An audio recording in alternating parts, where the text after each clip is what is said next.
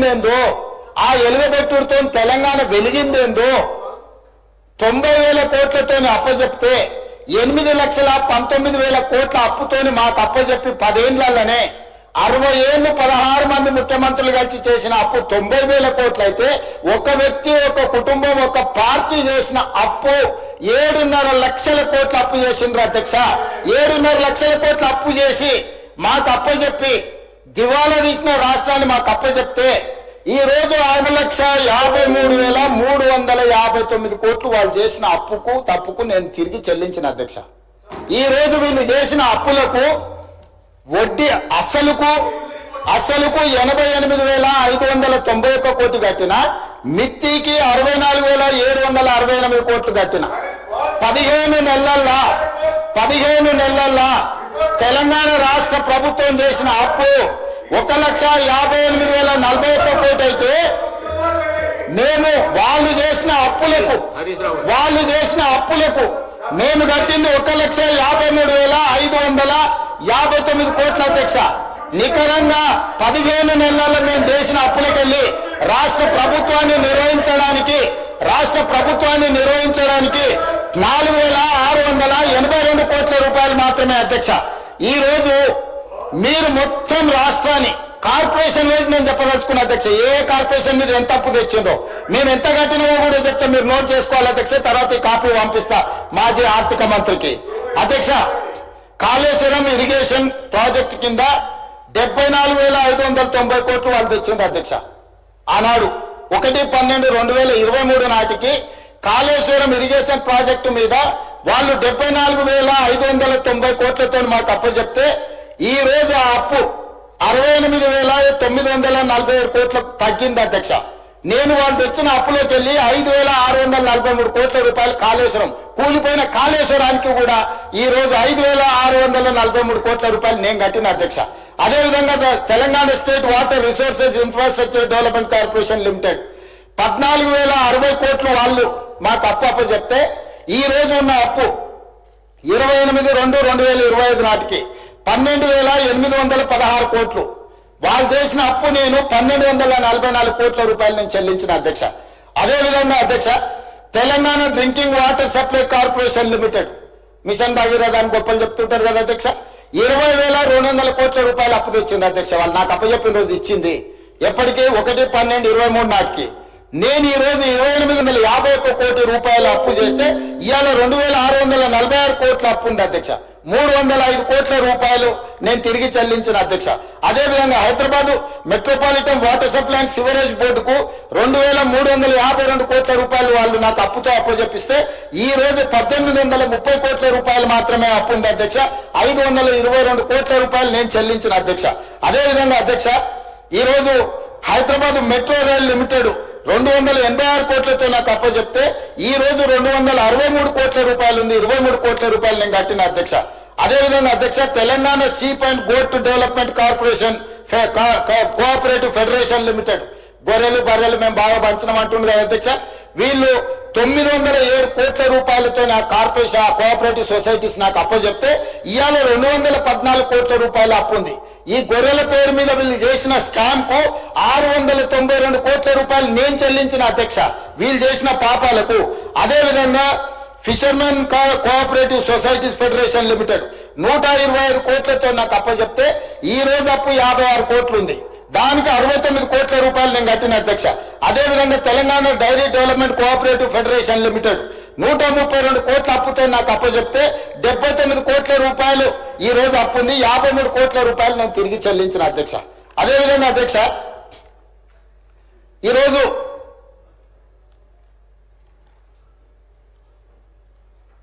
TG police housing corporation అధ్యక్ష 168 కోట్ల రూపాయలతో నాకు అప్పచెప్తే ఈ రోజు ఉన్న అప్పు 37 కోట్లు, అంటే 132 కోట్ల రూపాయలు నేను చెల్లించిన అధ్యక్ష.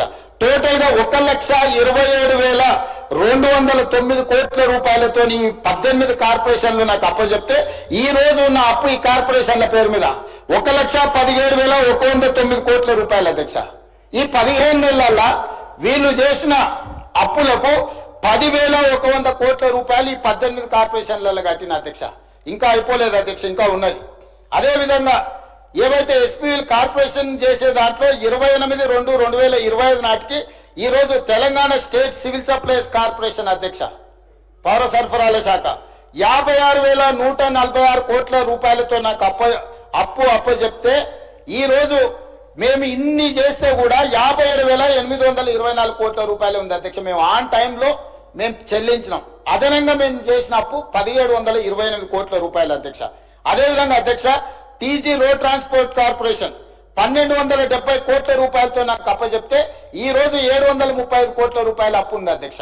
అంటే 535 కోట్ల రూపాయలు నేను తిరిగి చెల్లించిన అధ్యక్ష. అదేవిధంగా జిహెచ్ఎంసి 1,332 కోట్ల రూపాయలతో నాకు అప్పచెప్తే ఈ రోజు 1,086 కోట్ల రూపాయల అప్పే ఉంది అధ్యక్ష. అంటే 246 కోట్ల రూపాయలు జిహెచ్ఎంసీలో వాళ్ళు చేసిన అప్పులకు నేను చెల్లించిన అధ్యక్ష. అదేవిధంగా dairy infrastructure corporate development fund 103 కోట్లతో నాకు అప్పచెప్తే ఈ రోజు 129 కోట్లు అయింది అధ్యక్ష. 26 కోట్లు మేము ఇక్కడ పెరిగింది అధ్యక్ష. Telangana northern power distribution corporation limited అంటే విద్యుత్ సరఫరా చేసే నార్థన్ కార్పొరేషన్ అధ్యక్ష. నార్థన్ కార్పొరేషన్ లో వాళ్ళు ఆ రోజు అప్పచెప్పింది 12,544 కోట్లతో వస్తే ఈ రోజు 17,209 కోట్ల రూపాయలు మేము పెరిగింది అధ్యక్ష. 4,000 మేము అదనంగా అప్పు చేసినాం అధ్యక్ష. టోటల్ గా ఈ రోజు మేము చేసిన అప్పులు అని మాట్లాడే దాంట్లో వీళ్ళు అన్ని 95,461 కోట్ల రూపాయలతో మాకు అప్పచెప్తే 1,24,419 కోట్ల రూపాయలు అధ్యక్ష. మేము టోటల్ గా ఈ అన్నిటిని దాదాపు ఈ 14 కార్పొరేషన్ల మీద మేము అదనంగా చేసిన అప్పు 28,957 కోట్ల రూపాయలు అధ్యక్ష. అదేవిధంగా అధ్యక్ష ఎనర్జీలో కూడా సేమ్ దీంట్లో ఇప్పుడు ట్రాన్స్కో కానీ లేకపోతే Telangana state power generation corporation కానీ Telangana state southern power distribution కానీ సింగరేణి కాలరీస్ కానీ అదేవిధంగా జిహెచ్ఎంసీ కానీ వీటన్నిటిని లెక్కేసుకుంటూ వస్తే 59,414 కోట్ల రూపాయలతో వీళ్ళు అప్పచెప్తే ఈ రోజు 59,956 కోట్ల రూపాయలు 543 కోట్ల రూపాయలు మాత్రమే 11 కార్పొరేషన్ల మీద అదనంగా ఉంది అధ్యక్ష. మరి మాజీ ఆర్థిక మంత్రి గారు 1,58,000 కోట్ల రూపాయలు మీరు అప్పులు చేసిందని అబద్ధాలు చెప్తుంటే ఏం చెప్పాలి అధ్యక్ష? 1,58,000 కోట్ల రూపాయలు మేము చేసిన అప్పు మీరు చేసిన అప్పులకు 1,53,000 కోట్ల రూపాయలు చెల్లించాల్సి వచ్చింది. రాబోయే 45 నెలలు ఇప్పుడు 15 నెలలు అయిపోయింది. 60 నెలలకు మేము ప్రభుత్వాన్ని ఏర్పాటు చేస్తే యావరేజ్ గా ప్రతి నెల 10,000 కోట్ల రూపాయలు ఎఫ్ఆర్బిఎం పరిధిలో కానీ కార్పొరేషన్ల పరిధిలో కానీ కార్పొరేషన్లు తిరిగి చెల్లించే పరిధిలో కానీ ఈ 4 రకాల అప్పులల్లా ప్రతి నెల 10,000 కోట్ల రూపాయలు అప్పు తెచ్చి వాళ్ళు చేసిన తప్పులకు పాయమాలు కట్టినాం అధ్యక్ష. ఈ 1,52,000 కాదు, రాబోయే 45 నెలల్లో కూడా వాళ్ళు చేసిన అప్పుల కోసం చెల్లించడానికి ప్రతి నెల 10,000 కోట్ల రూపాయలు యావరేజ్ గా అప్పు చేయాలి అధ్యక్ష. 60 నెలలు అంటే 6 లక్షల కోట్ల రూపాయలు ఈ రోజు వాళ్ళు చేసిన అప్పులకు తిరిగి చెల్లించడానికి అప్పులు చేయాల్సిన పరిస్థితి వచ్చింది అధ్యక్ష. అదేవిధంగా ఉద్యోగాల గురించి మాట్లాడుతుంటాడు అధ్యక్ష. మేము ఉద్యోగాలు నియమించినాం, మా మొత్తం నోటిఫికేషన్లని మేమే ఇచ్చినామని. మీరు నోటిఫికేషన్లు ఎప్పుడెప్పుడు ఇచ్చినో మొత్తం ఉన్నాయి అధ్యక్ష. ఒక 2-3 చెప్తా అధ్యక్ష. ల్యాబ్ టెక్నీషియన్స్ గ్రేడ్ 2 2017 లో నోటిఫికేషన్ ఇచ్చింది అధ్యక్ష. ఫిజికల్ ఎడ్యుకేషన్ టీచర్స్ 2017 లో నోటిఫికేషన్ ఇచ్చింది అధ్యక్ష. ఫిజియోథెరపిస్టులు 2017 లో నోటిఫికేషన్లు ఇచ్చింది అధ్యక్ష. 2017లో నోటిఫికేషన్ ఇచ్చి 2023 వరకు వీళ్ళు నియామకాలు చేపట్టకపోవడం వల్ల 24 శాఖలల్లా వీళ్ళు ఇచ్చిన నోటిఫికేషన్ల నియామకాలు చేపట్టక నోటిఫికేషన్ ఇస్తారు, పరీక్షలు నిర్వహించరు. పరీక్షలు నిర్వహిస్తారు, కోర్టుల కేసులు వేపించి స్టేలు తీసుకొస్తారు. ఈ రకంగా వాళ్ళు వాళ్ళ కుటుంబం వాళ్ళ ఉద్యోగాలు ఎన్నికల్లో ప్రజలు తిరస్కరించిన కారుణ్య నియామకాల పేరు మీద ఎమ్మెల్సీలు లేకపోతే ప్లానింగ్ కమిషన్లు వైస్ చైర్మన్లు వాళ్ళ కుటుంబ సభ్యులకు అందరికీ కారుణ్య నియామకాలు చేసుకున్నారు అధ్యక్ష, ప్రజలు తిరస్కరిస్తే కూడా. కానీ నేను వచ్చిన తర్వాత ప్రభుత్వంలో పంచాయతీరాజ్ కావచ్చు, సింగరేణి కావచ్చు, వివిధ శాఖలలో 10 ఏళ్ల నుంచి ఎదురు చూసి కారుణ్య నియామకాలు చేపట్టకపోతే కారుణ్య నియామకాలతో పాటు మొత్తం చేపట్టిన నియామకాల పూర్తి వివరాలు నేను చెప్పదలుచుకున్నా అధ్యక్ష. ఈ రోజు ఎందుకు అంటే ప్రజల్ని తప్పుదోవ పట్టించి ఉన్నది లేనిది ఉన్నది మీడియా మా చేతులని మేము కొనుక్కున్నాం, మేము పెట్టుబడి పెట్టినాం, మా దగ్గర అన్ని ఉన్నాయి కాబట్టి మేము ఏమైనా అబద్ధాలు ప్రచారం చేసుకుంటాం, మా దగ్గర అవినీతి సొమ్ముంది కాబట్టి మేము ఇట్లనే ప్రచారం చేస్తామని బర్తగించి మాట్లాడుతుంటే ఇక ఎక్కడో ఒక దగ్గర నిజాలు చెప్పక పరిస్థితి వచ్చింది అధ్యక్ష. అందుకే ఈరోజు ఉద్యోగ నియామకాలకు సంబంధించి అధ్యక్ష ఈరోజు నేను చెప్పదలుచుకున్నాను అధ్యక్ష డీటెయిల్స్ అన్ని ఎన్ని ఉద్యోగాలు మేము ఇచ్చినామో నేను సూటిగా ఈ సభ ద్వారా సవాల్ విసురుతున్నా అధ్యక్ష. మేము ఇచ్చిన ఉద్యోగాలు శాఖల వారిగా టోటల్ గా నేను చెప్తాను అధ్యక్ష. ఈరోజు వీటన్నిటిని తీసుకొని 25 శాఖలలో నేను చేపట్టిన నియామకాలు అధ్యక్ష. Agriculture and cooperation department 208, animal husbandry dairy development and fisheries department 173, అదేవిధంగా backward classes welfare department 5764, energy department 850, environment forest science and technology department 23, finance department 308, food and civil supplies department 71, general administration department 5, health medical and family welfare department 7517, higher education department 2361, home department 15526, అదేవిధంగా అధ్యక్ష industries and commerce department 7, irrigation and command area development department 1235, labour and employment department 128, minorities welfare department 1584, municipal administration and urban development department 3148, Panchayat Raj and rural development 1232, planning department 2, revenue department 3048, schedule caste development department 2562, secondary education department 10211, transport road and building department 442, tribal welfare department 1413, women child disabled and senior citizens department 115, youth advancement tourism and culture department 13, మొత్తం కలిపి 57,946 ఈ 15 నెలల నా ప్రభుత్వ నియామకాలను చేపట్టింది. Department wise ప్రతి వివరాలు నేను ఇక్కడ ఈ సభ ముందు పెడుతున్నా అధ్యక్ష. ఈ దేశంలోనే స్వతంత్రం వచ్చినప్పటి నుంచి ఏ ప్రభుత్వం కూడా including Congress governments, Narendra Modi గారు ప్రాతినిధ్యం వహిస్తున్న గుజరాత్ లో రైతులకు ఇన్ని వేల కోట్ల రుణమాఫీ జరగలేదు, రైతులకు రైతు బంధు ఇవ్వలేదు, రైతులకు ఉచిత కరెంటు ఇవ్వలేదు, రైతులు పండించిన పంటకు బోనస్ ఇవ్వలేదు. రాష్ట్రంలో ఉన్న అప్పులను వాళ్ళు చేసిన అప్పులన్నిటికీ మళ్ళీ అప్పులు చేసి తిరిగి చెల్లించి 1,52,000 కోట్ల రూపాయలు తిరిగి చెల్లించి ప్రతి నెల 1వ తారీఖు నాడు ప్రభుత్వ ఉద్యోగులకు 1వ తారీఖు నాడు జీతాలు ఇస్తున్నాం. మీరు ఉన్నప్పుడు నెలాఖరు వరకు కూడా ప్రభుత్వ ఉద్యోగులకు కూడా విడతల వారిగా జీతభత్యాలు ఇచ్చిన మీరు ఇవాళ మమ్మల్ని తప్పు పట్టేది. ఇవాళ 57,946 ఉద్యోగాలు మేమిస్తే మీ కుటుంబంలో 2 కారుణ్య నియామకాలు 4 మంత్రులు తీసుకున్న మీరు మాకొచ్చి ఇక్కడ నించొని నీతులు చెప్తారా? మీ నీతులు చెప్తే మేము వినాలా? కాబట్టి ఇప్పటికైనా మీ ఆలోచన విధానాన్ని మార్చుకోండి. మేం కక్ష సాధింపు రాజకీయాలకు పాల్పడడం లేదు. మేం కక్ష అంటూ సాధించడం మొదలు పెడితే మీరెవ్వరు ఇక్కడ ఉండరు. మీరందరు చెర్లపల్లిలో చెంచడుగూడలో ఉండేవాళ్ళు. మీరు ఆనాడు కృష్ణమాదిగని వదలలే, రవిప్రకాష్ని వదలలే, రేవంత్ రెడ్డిని వదలలే, కనిపించిన ఎవరిని వదలలే. ఈ రోజు మీరు వెనుకేసుకొచ్చిన ఎవరైతే జర్నలిస్ట్ అనే ముసుగు తొడిగి మీరు పోయి కలిసి వచ్చిండ్రో, ఎస్సీ ఎస్టీ కేసు పెట్టి మీరు జైలు వేస్తే ఆ అమ్మాయికి కూడా అడ్వకేట్ను పెట్టి బెయిల్ ఇప్పించింది నేను. ఇవాళ మీరు మీ దగ్గర అక్రమ సంపాదన ఉందని చెప్పి అబద్ధాలు ప్రచారం చేసి ఈ ప్రభుత్వాన్ని బద్నాం చేయాలని నోటికొచ్చింది మాట్లాడితే ఎట్లా అధ్యక్ష? ఇప్పటికైనా 10 సంవత్సరాలు మీరు చేసిన అప్పులకు తప్పులకు తెలంగాణ రాష్ట్రం శిక్ష అనుభవిస్తుంది.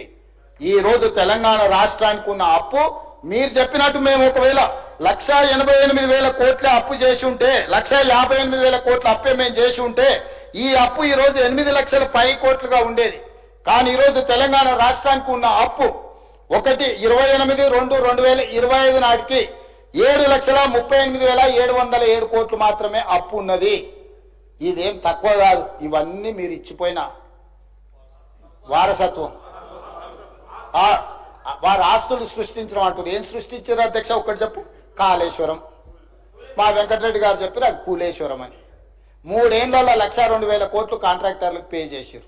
మొదటి 5 సంవత్సరాలు ఒక ఆయన మంత్రి, 5 సంవత్సరాలు ఇంకొక ఆయన మంత్రి. ఆ శాఖకు ఇద్దరు కలిసి పోటీలు పడి మొత్తం వాళ్ళ ఇంజనీరు, సైంటిస్టు, డాక్టరు, లాయరు, ఒకటి గోవింద సినిమా ఉంటుంది, వాళ్ళ ఇంటి నిండా ఫోటోలు ఉంటాయి, డాక్టర్గా, లాయర్గా, ఇంజనీర్గా, సైంటిస్ట్గా. నిజంగానే అమ్మాయి పెళ్లి చూపులకు వచ్చి అవన్నీ చూసి ఇవన్నీ చదువుకుంటామని పెళ్లి చేసుకుంటాయి. తర్వాత చూస్తామని గోనమాలు కూడా రావు, ఇడిచిపెట్టి పోతా అంటది. ఇంకా పెద్దలందరూ కూర్చొని పంచాయతీ తెస్తారు, అట్లా కాదురా నాయన పెళ్లి అయితే ఎట్లో గట్లా సంసారం చేయి, ఇట్లా కాదు కుదరదు, వాడికి ఫోటోలు దిగ పిచ్చి ఉన్నది, వాడిని పిచ్చి పనులు చేస్తుంటాడు, కాకపోతే మనిషి మంచోడే.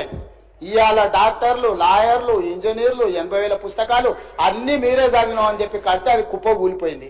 దాంట్లో నీళ్లు నింపండి అంటుండు. నీళ్లు నింపితే కొట్టుకపోతుందని ఎన్డీఎస్ఏ చెప్తుంది. నీళ్లు నింపి కొట్టుకపోతే చూసినా కాంగ్రెస్ వాళ్ళు మేము కడితే కూలింది ఇప్పుడు వీళ్ళు కొట్టుకపోయేటట్టు చేసిరని మమ్మల్ని బద్నాం చేయాలని కంకణం కట్టుకొని తిరుగుతారు. 5 మంది రిటైర్డ్ చీఫ్ ఇంజనీర్లతో వాళ్ళే కమిటీ వేసారు కూలేశ్వరాన్ని ఎక్కడ కట్టాలని.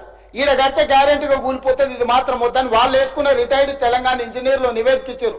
తుమ్మిడేటి దగ్గరనే కట్టండి, తర్వాత ప్రత్యామ్నాయాల కింద ఒకవేళ మీరు మేడిగడ్డ దగ్గర కట్టిరంటే ఇది కుప్ప కూలుతుందని వాళ్ళు తెలంగాణ వచ్చిన తర్వాత విఘ్నత కలిగిన తెలంగాణ రిటైర్డ్ చీఫ్ ఇంజనీర్లు 5 మందితో వాళ్ళు కమిటీ వేస్తే కమిటీ స్పష్టమైన నివేదిక ఇచ్చింది అధ్యక్ష అక్కడ కట్టొద్దని. కానీ భరితగింపుతోనే అక్కడ కడితే అది కూలిపోయింది. ప్రజల క్షమాపణ చెప్పి తప్పు జరిగింది ఏం చేద్దామని అడగకుండా ఇంకా బుకాయించే పని. అంతకుముందు ఏ ఊర్లో ఏది వండని, 7 జొన్నలు వండని, ఆందాలు వండని, కొడంగల్ కందులు వండని, తాండూరులో ఏదన్నా వండని, కాళేశ్వరం నీళ్లతోనే, సూర్యాపేటలో ఏదన్నా పండితే అదే అంటారు, ఈడైతే అదే. కాళేశ్వరంతో మొత్తం ప్యాడిన్ ప్రపంచానికే ఒట్లలో ఆదర్శమని. అధ్యక్ష కాళేశ్వరం కూలిపోయిన తర్వాత మొన్న జరిగిన వానాకాలంలో 1,56,00,000 మెట్రిక్ టన్నుల ఒట్లు పండించినము. అది శ్రీరామ్ సాగరు, శ్రీపాదర, ఎల్లంపల్లి, శ్రీశైలము, నాగార్జున సాగరు, జూరాల, భీమా, కల్వకుర్తి, నెట్టంపాడు, కోయిల్ సాగరు, మంజిరా, అదే విధంగా ఇక్కడ ఉండే ప్రాజెక్టులు అన్ని ఆనాడు కాంగ్రెస్ పార్టీ లేకపోతే నిజాం సర్కార్ కట్టిన ప్రాజెక్టుల కింద 1,56,00,000 మెట్రిక్ టన్నుల వడ్లు మనం పండిస్తే ఈ గొప్పతనం అంతా తీసుకెళ్లి ఫామ్ హౌస్ లో వండుకున్న వాళ్ళ ఖాతాలు రాసుకుంటారు అధ్యక్ష. ఎట్లా అధ్యక్ష? అబద్ధాలకు కూడా అర్థం ఉండాలి కదా అధ్యక్ష. అబద్ధాల పోటీ పెడితే వాళ్ళే 1, 2, 3, 4 1 నుంచి 100 వరకు అవార్డులను వాళ్ళే కొట్టేసినట్టున్నారు అధ్యక్ష. ఎట్లా అధ్యక్ష ఇది? అందుకే నేను ఈరోజు చెప్తున్నా అధ్యక్ష, ఇట్లాంటి అబద్ధాల పునాదుల మీద మళ్ళీ మీరు గెలవరు. ఇట్లాంటి అబద్ధాలు మీరు మానకపోతే పార్లమెంట్ లో గుండుసున్నిచ్చిరు, తర్వాత ఎన్నికల్లో అభ్యర్థులు పెట్టుకోలేని పరిస్థితి వచ్చింది, పోటీ చేయలేని పరిస్థితి ఉంది. పార్టీ కుప్పగూలినాక కూడా ఇంకా అర్థం చేసుకోకుండా ఇంకా శిథిలాలలోనే ఎత్తుకోవాలని, మా తాతలు నేతులు తాగిరు, మా మూతుల వాసన చూతురాండని ఈ గొప్పలేని అధ్యక్ష. పొంకనాల పోసిగానికంటే 3 ఎట్లుంటే 36 దొడ్లు ఉన్నాయని చెప్పిండు అంటే వెనకటికి. ఇట్లనే ఉన్నారు అధ్యక్ష వీళ్ళు చెప్పుకునేది. ఏందుంది మీ దగ్గర? ఏందుంది? అన్ని పోయినాయి, ఏం మిగల్లా. మీరు తెలంగాణకు ఏం మిగిల్చలేదు, మీ దగ్గర కూడా ఏం మిగల్లా. ఇప్పటికైనా మర్యాదగా నన్ను ఉండడం నేర్చుకోండి. మర్యాదగా ఉంటేనే ఏమన్నా ఉపయోగం ఉంటుంది. ఆ రోజు న్యూయార్క్ లో అక్కడెక్కడో దీన్ని కాళేశ్వరం గురించి అడ్వర్టైజ్మెంట్ ఇచ్చారు, ప్రపంచంలో 8వ వింత అన్నారు. ఏమైంది అధ్యక్ష? వింత 3 ఏళ్లలో కుప్పగూలింది. ఇప్పటికైనా నా రిక్వెస్ట్ ఒక్కటే, వయసు ఉన్నది సరే, మీరిద్దరు ఆడ ఆశ పడుతున్నారు, పెద్ద మనిషి వదిలేటట్టు లేడు. మేమందరం కూడా పెద్ద మనిషి ఉంటేనే బాగుంటుంది, ఇలా చేతికిస్తే ఏం చేస్తారో తాడు బొంగరం లేకుండా అని తెలంగాణ సమాజానికి ఒక భయం ఉంది. వాళ్ళిద్దరు పోటీ తెలంగాణ ప్రజల సాగుకు వచ్చింది అధ్యక్ష. మీరు చూడండి, ఎప్పుడైనా ఒక ఆయన పొద్దున్నే ట్విట్టర్లో పెడతాడు, 11 గంటలకు ఒక ఆయన ప్రెస్ మీట్ పెడతాడు, 4 గంటలకు ఇంకొక ఆయన పర్యటన ఆడిపోయి ఇద్దంటారు. వీళ్ళందరూ చూసే వరకల్లా సాయంత్రం మేడం గారు అందరిని పిలిపించి సమావేశం పెడుతుంది. ఏం పోటీ ఇది? ఎందుకు పోటీ?